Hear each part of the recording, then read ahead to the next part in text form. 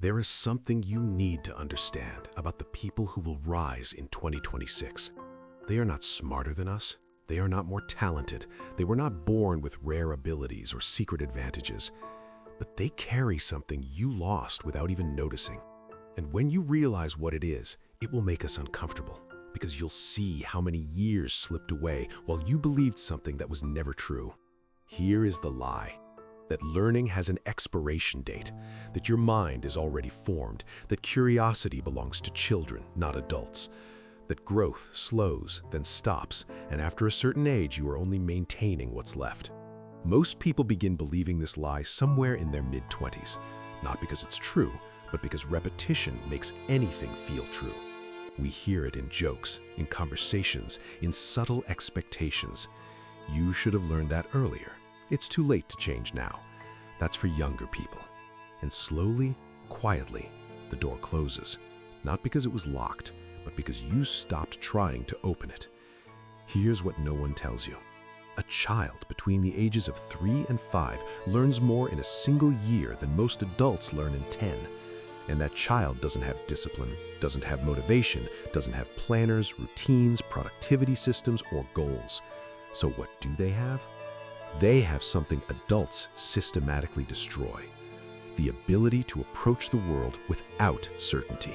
Centuries ago, Japanese Zen practitioners noticed this difference. They observed that mastery wasn't limited by age or intelligence, but by mindset. They named the state Shoshin, beginner's mind. Not ignorance, not weakness, but openness, an absence of ego, an absence of fear, an absence of the need to protect an identity. Modern neuroscience is only now catching up to what those monks understood intuitively.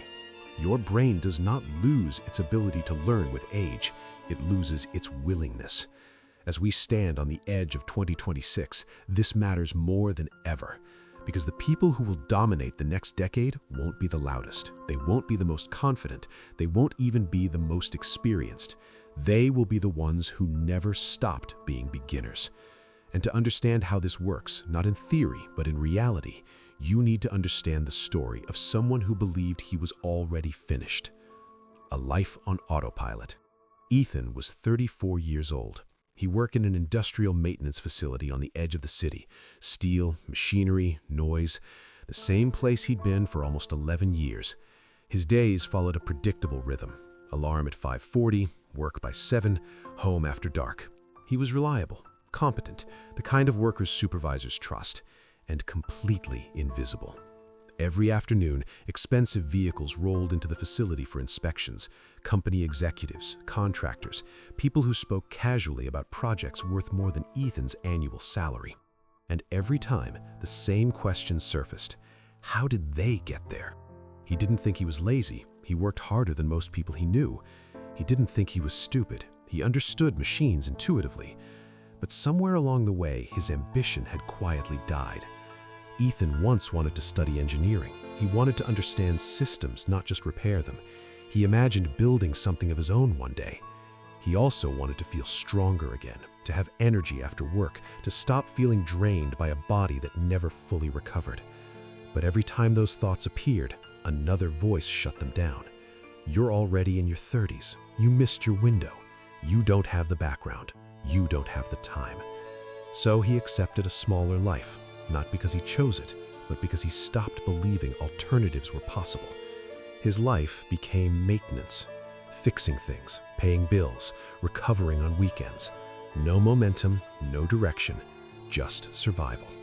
Until the day something broke, not in the facility, but at home.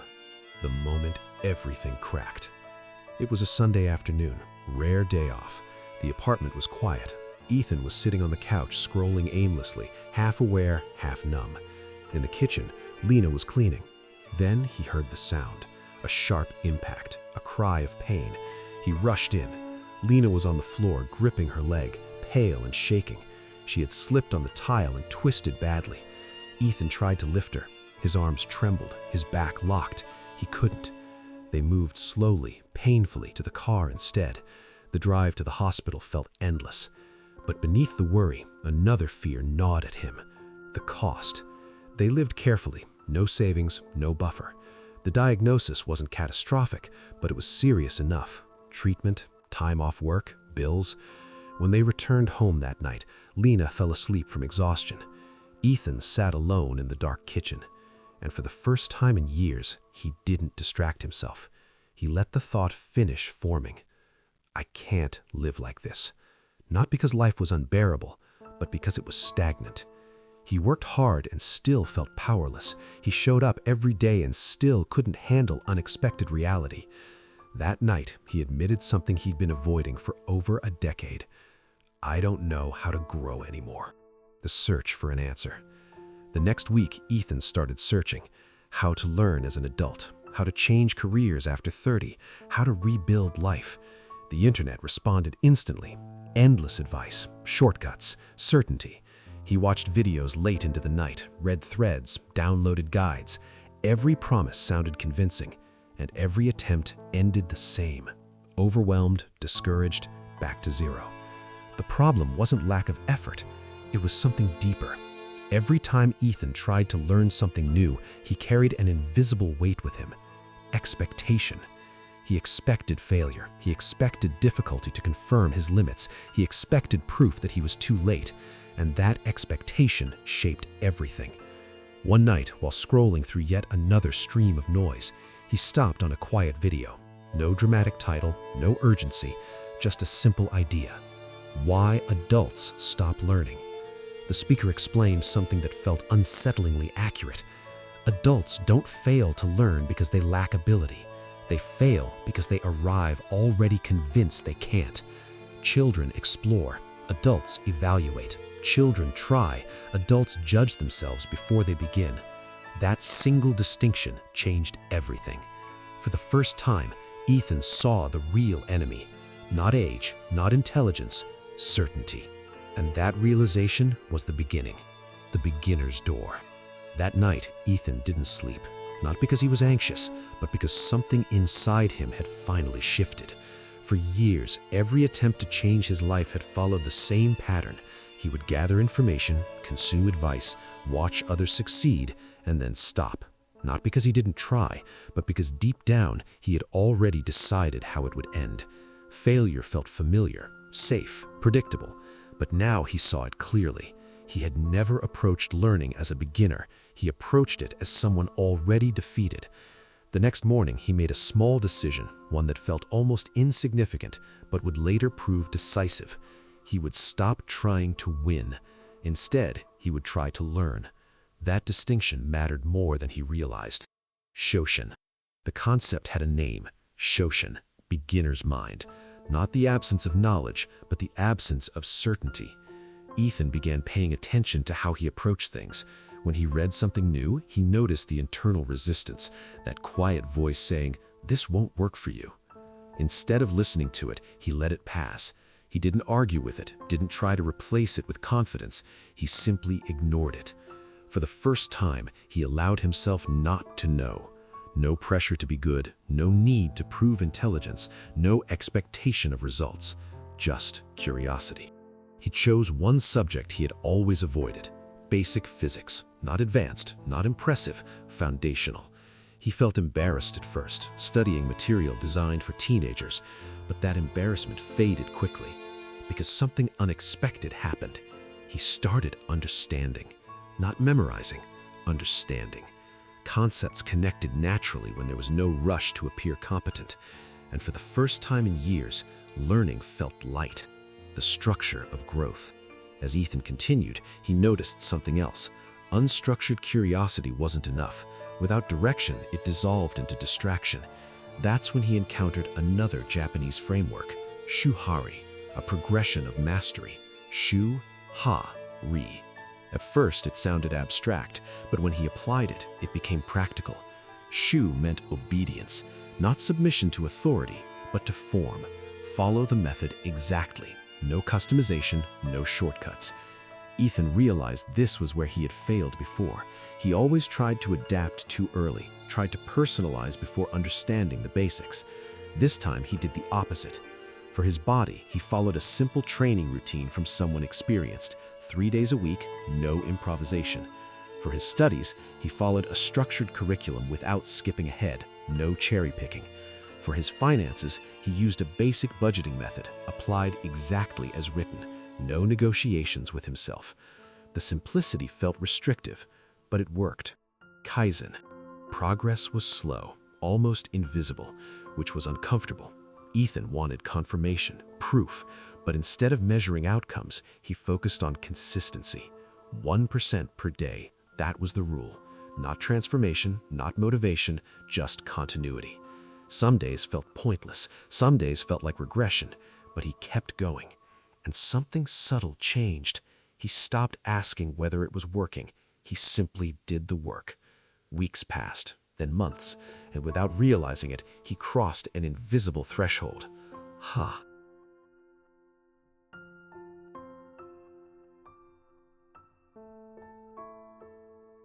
Understanding emerged naturally. He began to see why the rules existed, why certain movements mattered, why concepts built on each other. Only then did adaptation make sense. He adjusted his training slightly, not for comfort, but for alignment with his goals. He focused his studies towards applications relevant to his work. He refined his budgeting based on real data. He wasn't rebelling against structure, he was working with it. This was Ha. Not breaking rules impulsively, but consciously. The shift. The most profound change wasn't external, it was internal. Ethan no longer identified as someone trying to improve. He identified as someone learning. There was no finish line, no final version of himself, only direction. And that changed everything. The pressure disappeared. Failure lost its sting. Mistakes became information, and for the first time, the future didn't feel closed. The test that breaks most people. Change doesn't announce itself with fireworks. It tests you quietly. It waits, and then, when you think you're finally moving forward, it tries to pull you back to who you used to be. 3 months after that night in the kitchen, the man everyone knew as Evan looked the same on the outside. Same workshop, same uniform, same grease under his nails. But inside, something had shifted. He was waking up earlier now, not because he felt motivated, but because he decided he would. 45 minutes every morning. No phone, no scrolling, just learning. Basic physics at first. Concepts he should have learned in school, but never truly understood. Forces, torque, energy transfer. At first, it felt humiliating.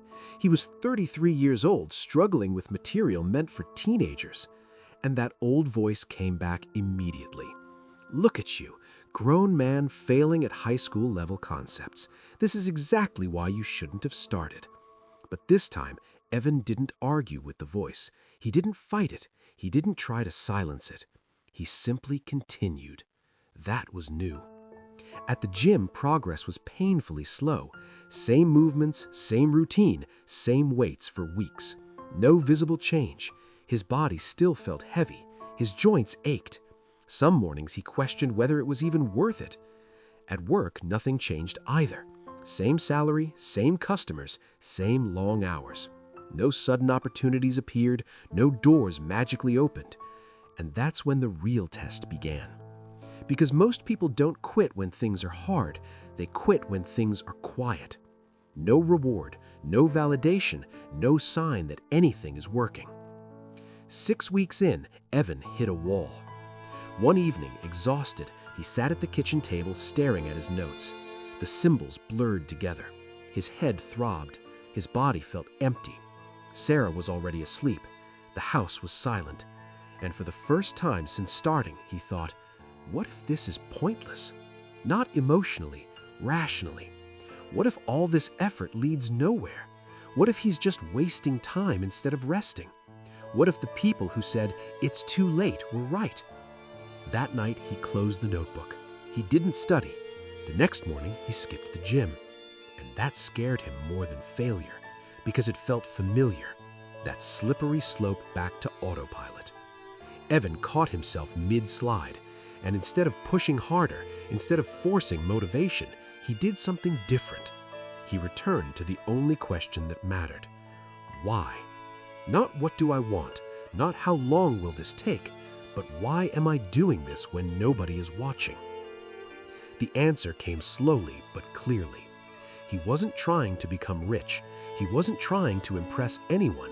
He wasn't even trying to escape his job. He was trying to become someone who didn't quit on himself. That was it. The next day, he went back to the basics. No ambition, no long-term fantasies, just the next right action. Gym, one session, no expectations. Study, one concept, no pressure. Work, one honest day. That was the moment Evan unknowingly crossed a line. He stopped measuring progress by results and started measuring it by consistency. Weeks passed, and then, without warning, something strange happened. At the gym, during a routine lift he'd done dozens of times, the weight moved differently. Lighter, controlled, stable. He checked the plates. They were heavier. He hadn't noticed the increase because it never felt dramatic. It had accumulated quietly. At work, while repairing an engine, he caught himself explaining a mechanical principle to a younger coworker, not repeating memorized steps, but understanding why the system behaved the way it did. The words surprised him as they came out of his mouth. Later that night, reviewing his finances, he noticed something else. For the first time in years, there was money left. Not much, but enough to notice. Nothing had changed, and yet everything had. That's when Evan realized something dangerous. This was working. And the moment you realize something is working, the stakes rise. Because now quitting isn't ignorance, it's a choice. That's when the pressure intensified. People noticed. A coworker joked, "Trying to be a bodybuilder now?" Another laughed at his studying. "What are you going to do with that at your age?" Even well-meaning friends questioned him. "Why push so hard? You're doing fine." And that's when the second test arrived. Comfort. The temptation to stop, not because things were failing, but because they were good enough. Evan understood something critical then. Most people don't fail because they can't improve. They fail because improvement threatens the identity they've settled into. To keep going meant letting go of the version of himself everyone recognized, and that's terrifying. Around this time, an idea began forming in the background of his mind. Nothing grand, nothing flashy, just a question. Why am I only fixing problems created by others? He started noticing patterns in the workshop, recurring issues, weak parts, designs that could be better.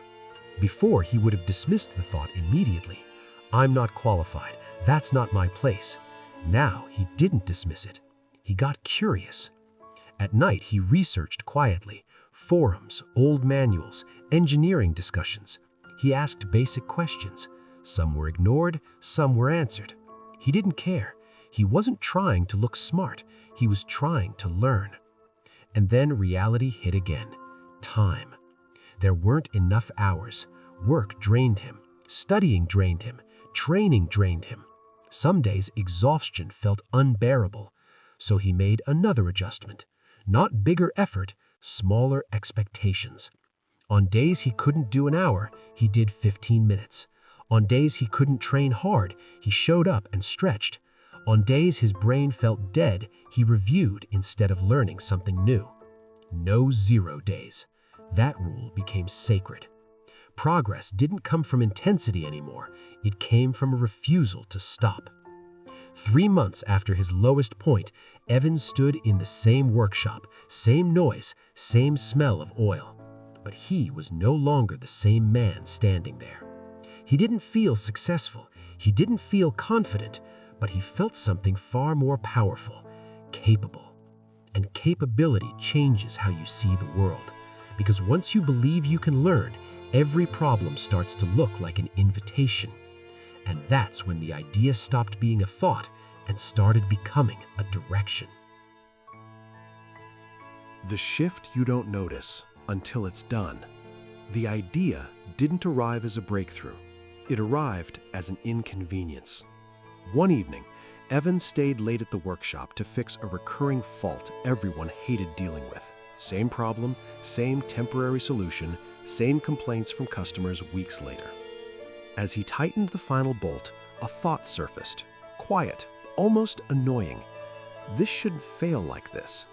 Not can I fix it, but why is it designed this way at all? Before, that thought would have died immediately. Now, it lingered. That night, he didn't open social media. He opened diagrams, old schematics, patents, failed designs, successful ones. He didn't understand most of it, but he understood enough to keep going. He wasn't dreaming of starting a company. He wasn't imagining success. He was solving a problem because it bothered him. Weeks turned into months. Nothing dramatic happened, but patterns began to emerge. His mornings were automatic now. His workouts no longer required motivation. Studying wasn't discipline, it was routine. And something subtle but dangerous happened. He stopped asking for permission. Not from people, from himself. When a coworker asked for help, Evan didn't hesitate anymore. When something broke, he didn't panic, he analyzed. When an idea felt unfinished, he didn't abandon it, he refined it. Then came the moment that would have terrified the old him. His supervisor pulled him aside, not to criticize, to ask a question. Where did you learn this? Evan paused. He didn't know how to answer. There was no course, no degree, no single moment. Just hundreds of small, unremarkable decisions not to quit. A few weeks later, the workshop tested a small modification Evan suggested. Nothing official, nothing risky. It worked. Better than expected. No applause followed, no promotion, no celebration. But something inside Evan locked into place. He no longer needed external proof because he had internal evidence. Around this time, December arrived. Cold mornings, short days, quiet nights. The same time of year he'd once associated with regret, exhaustion, and promises he never kept. This year felt different, not exciting, stable. On December 31st, Evan sat alone in the living room while fireworks cracked faintly outside.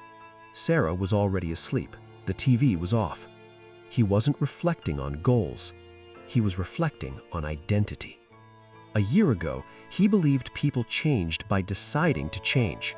Now he knew better. People change by behaving differently long enough that their old identity can't keep up. He thought about all the versions of himself that had tried and failed. The gym memberships, the half-finished plans, the abandoned notebooks. They weren't weak. They just expected transformation to feel good. Real change, he realized, feels boring. It feels repetitive. It feels lonely. And then, without warning, it feels permanent. January came, and something unexpected followed.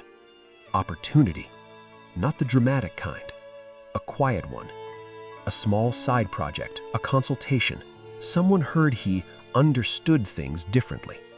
The pay wasn't impressive, the task wasn't glamorous, but Evan said yes. Not because he needed the money, because it aligned with who he had already become. That's the difference. By March, life still wasn't perfect. He still worked long hours, he still felt tired, he still doubted himself sometimes. But he no longer questioned whether he was capable. And that changed everything. Because when you stop questioning your ability to learn, you stop fearing the future. Evan never became famous. He never escaped the system. He never posted motivational quotes. But he built something far more rare: momentum. And momentum doesn't need motivation. It carries you forward even on days you feel nothing at all. So if you're waiting for confidence before you start, you're waiting in the wrong order. Confidence comes after consistency. Clarity comes after action. Identity comes after behavior. You don't rise to the level of your goals. You fall or climb to the level of your habits. And the version of you that exists 1 year from now is being built quietly today by what you choose to do when nobody is watching.